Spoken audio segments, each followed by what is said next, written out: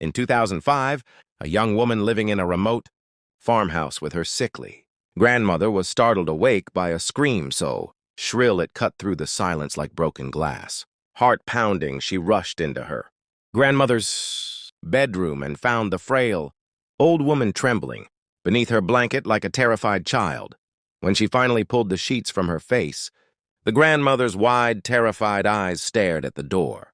In a voice cracked with fear, she whispered that a red figure had been standing there, watching her, a presence she could only describe as Satan.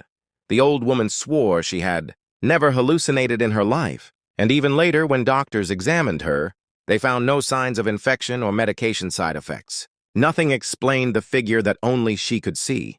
Not long after, another case emerged, a retired teacher who began seeing monstrous, distorted faces floating in her vision.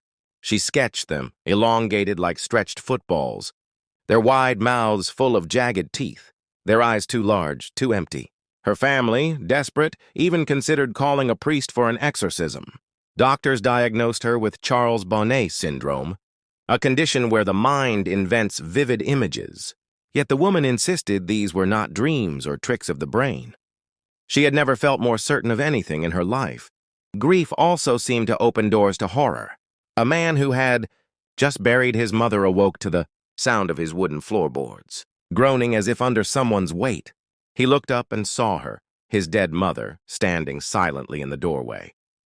His screams were so loud neighbors summoned the police. Yet again, no medical or psychological cause could be found. Sleep proved to be the most dangerous time of all. One victim described waking paralyzed, unable to scream, as a figure nearly 8 feet tall floated toward his bed.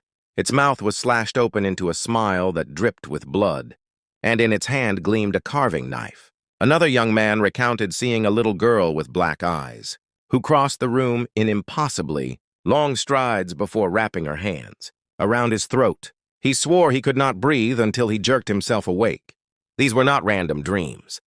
From children who saw mothers hiding in closets, to truck drivers swerving at faceless figures in the road. Each tale carried the same undertone. Something had crossed the veil between the real and the unreal. And once you've seen them, those figures, those eyes, you never truly sleep peacefully again.